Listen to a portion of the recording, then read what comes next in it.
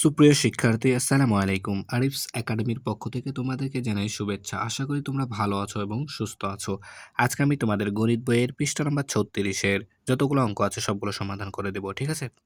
তো প্রথমে আমরা এই অঙ্কটা করব। ঠিক আছে? ১ নাম্বার। বলছে দেখো প্রশ্ন মৌলিক গুণনীয়কের সাহায্যে, ঠিক আছে?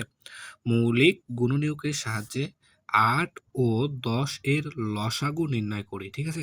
তো আমরা কিন্তু এর আগেও লসাগু নির্ণয় করা শিখেছিলাম। ঠিক আছে? কিন্তু ওটা অন্য একটা পদ্ধতি কি ছিল? গুণিতক বের করে করেছিলাম কিন্তু। ঠিক আছে না? আর এখন আমাদেরকে করতে হবে মৌলিক গুণনীয়কের সাহায্যে কি?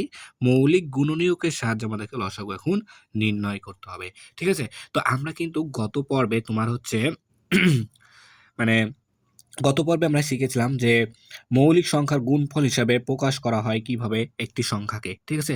তো প্রথমে আমাদেরকে এখানে এভাবে লসাগু করার ক্ষেত্রে প্রথমে আমাদেরকে এই ৮ ও ১০ এর মৌলিক সংখ্যার গুণফল হিসাবে প্রকাশ করতে হবে। ঠিক আছে? ৮ ও ১০ কে মৌলিক সংখ্যার গুণফল হিসাবে প্রথমে আমাদেরকে প্রকাশ করতে হবে। ঠিক আছে? তো আমরা কিন্তু এটা শিখেছিলাম। ঠিক আছে? তো আমরা ৮ কে লিখতে পারি কিভাবে এখানে? ৮ সমান কিন্তু আমরা লিখতে পারি ২ গুণ ৪, তাই না? তাহলে দেখো ৪ দুগুণ ৮ হয় কিন্তু। তাহলে ২ হচ্ছে মৌলিক সংখ্যা। কিন্তু ৪ কি? যৌগিক সংখ্যা। তাহলে ৪ কে আবার ভাঙতে হবে, তাই না? তাহলে আবার ২ গুণ থেকে যাবে। তাহলে ৪ কে যদি আমরা ভাঙি তাহলে ২ দুগুণও ৪ হয়। তাহলে ২ গুণ ২ হয়, তাই না?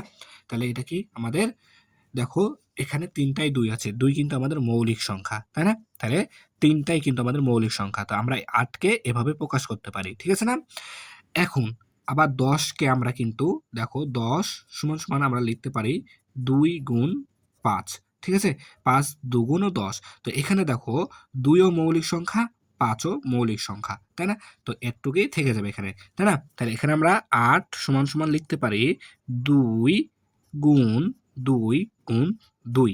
আর ১০ সমান লিখতে পারি ২ গুণ ৫। তাই না? এটা আমরা এভাবে লিখতে পারি। তাই না? এখন দেখো তাহলে প্রথমে আমাদেরকে কি করতে হবে যে ৮ ও ১০ এর সাধারণ, ঠিক আছে? এর সাধারণ সাধারণ গুণনীয়কটা বের করতে হবে, তাই না? গুণনীয়ক, সাধারণ গুণনীয়ক। তো দেখো এখানে ২ আছে একটা, এখানে ৩ টা ২ আছে, তার ভিতর থেকে একটা ২ নিলাম, আর এখানে দেখো একটা ২ আছে, ঠিক আছে? তাহলে এটা আর এটা তোমাদেরকে এভাবে গোল চিহ্ন দেওয়ার কোনো দরকার নাই, ঠিক আছে? তোমাদেরকে বোঝানোর জন্য আমি গোল চিহ্নটা দিলাম।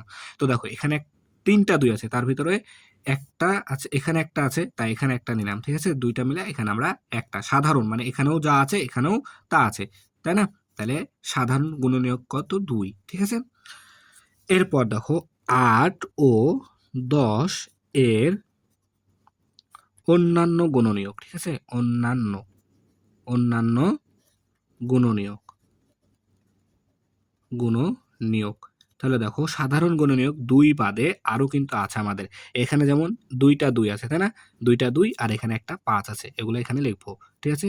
২, ঠিক আছে? তাহলে ২, তারপরে হচ্ছে তোমার ২, তারপরে আরো একটা ২ আছে, আর একটা কি? ৫ আছে। তাই না? এগুলা কি? আমাদের অন্যান্য গুণনীয়ক। অর্থাৎ এই যে এখানে এই সাধারণ গুণনীয়কটা বাদে কিন্তু আমাদের এগুলা আরো আছে। ২ টা ২ আর একটা ৫। ঠিক আছে?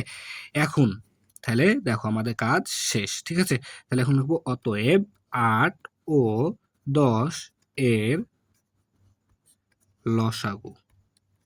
লসাগু। ঠিক আছে? ৮ ও ১০ এর লসাগু সমান এখন আমরা এইগুলো সবগুলোকে যোগ করে দেব। ঠিক আছে? গুণ করে দেব। ঠিক আছে? এগুলো সবগুলোকে আমরা গুণ করে দেব। ঠিক আছে? তাহলে দেখো ২ গুণন এই ২ গুণন এই ২ গুণন এই ৫। ঠিক আছে? তাহলে এই গুণফল যেটা পাবো সেটাই আমাদের কি? লসাগু। ঠিক আছে? তাহলে দেখো যদি আমরা গুণ করি, ঠিক আছে? এখানে পাশে লিখলেই হবে। দেখো যদি আমরা এটাকে গুণ করি, দেখো ২ দুগুণ ৪, ঠিক আছে? ৪ দুগুণ ৮ আর ৫ আষ্টে ৪০। ঠিক আছে? ২ দুগুণ ৪, ৪ দুগুণ ৮, ৫ আষ্টে ৪০। ঠিক আছে? তাহলে দেখো ৮ ও ১০ এর লসাগু আমরা পেলাম কত? ৪০। ঠিক আছে? তাহলে ৮ ও ১০ এর লসাগু ৪০। এটাই আমাদের অ্যান্সার। ঠিক আছে?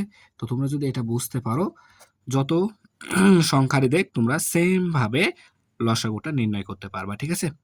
তাহলে দেখো আজকে এই পর্যন্তই। ভিডিওটি ভালো লাগলে অবশ্যই লাইক, কমেন্ট, শেয়ার করতে ভুলবে না এবং পরবর্তী ভিডিও সবার আগে পেতে আমাদের চ্যানেলটি সাবস্ক্রাইব করে রাখো। আল্লাহ হাফেজ। আসসালামু আলাইকুম ওয়া রাহমাতুল্লাহ।